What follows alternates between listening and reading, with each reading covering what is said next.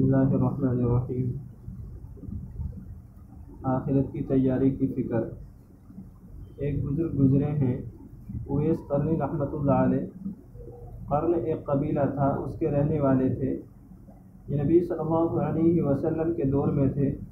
والدہ کی خدمت کرتے تھے۔ ان سے اجازت لے کر نبی صلی اللہ علیہ وسلم کے دیدار کے لیے حاضر ہوئے، مگر اللہ کے محبوب سفر پر جا چکے تھے۔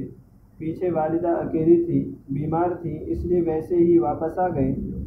جب نبی صلی اللہ علیہ وسلم تشریف لائے اور آپ کو پتہ چلا تو معتبر کتابوں میں لکھا ہے کہ نبی صلی اللہ علیہ وسلم نے اپنا جبہ حضرت عمر رضی اللہ عنہ کو دیا اور کہا کہ تم ان کی تلاش کرنا، کھلا جگہ نشانیاں بتائی کہ وہاں تمہیں ملیں گے، اور ان کو میری طرف سے یہ جبہ ہدیہ پیش کرنا اور ان کو کہنا کہ وہ میری امت کے لیے مغفرت کی دعا کریں۔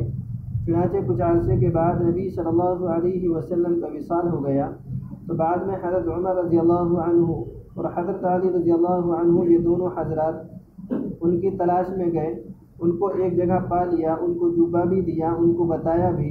صحیح کتابوں میں لکھا ہے کہ بس تھوڑی سی گفتگو آپس میں ہوئی۔ اس کے بعد اویس قرنی رحمۃ اللہ علیہ نے کہا کہ آپ نے بھی آخرت کی تیاری کرنی ہوگی اور میں نے بھی آخرت کی تیاری کرنی ہے، اچھا پھر روز محشر کو ملیں گے۔ ان کو رخصت کر دیا۔ ہمارے ایک بزرگ گزرے ہیں، حضرت مولانا حسین علی بچھرا والے، ان کے بارے میں بھی یہی ہے۔ کوئی بھی ملنے آتا، تھوڑی دیر اس سے گفتگو کرتے جو کام کی گفتگو تھی، اور گفتگو کرنے کے بعد کہتے بھائی آپ نے بھی آخرت کی تیاری کرنی ہے اور میں نے بھی تیاری کرنی ہے، اچھا پھر ملیں گے۔ فارغ کر دیتے تھے۔ یہ کیسے لوگ تھے، ہر دن اپنی آخرت کی تیاری میں لگے ہوتے تھے۔ چنانچہ ایک آدمی نے رابعہ بصریہ رحمۃ اللہ علیہ سے دعا کروانی تھی، کسی پریشانی میں پھنسا ہوا تھا۔ وہ کہتے ہیں میں فجر کے بعد گیا ملنے کے لیے تو وہ نفلیں پڑھ رہی تھی۔ میں نے کہا ظہر کے بعد صحیح، پھر گیا تو نفلیں پڑھ رہی تھی۔ میں نے کہا عصر کے بعد صحیح، عصر کے بعد گیا تو تلاوت قرآن کر رہی تھی۔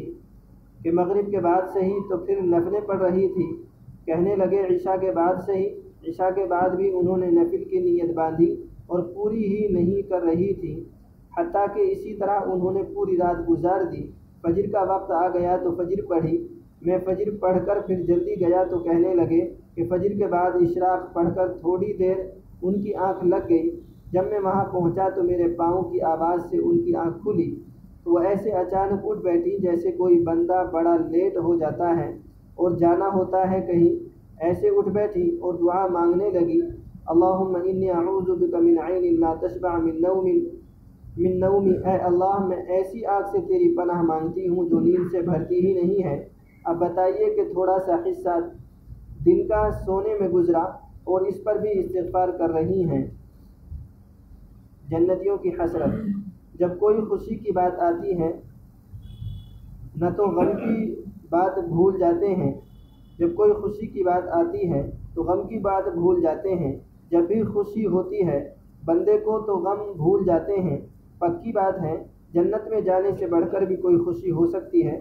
نہیں ہو سکتی۔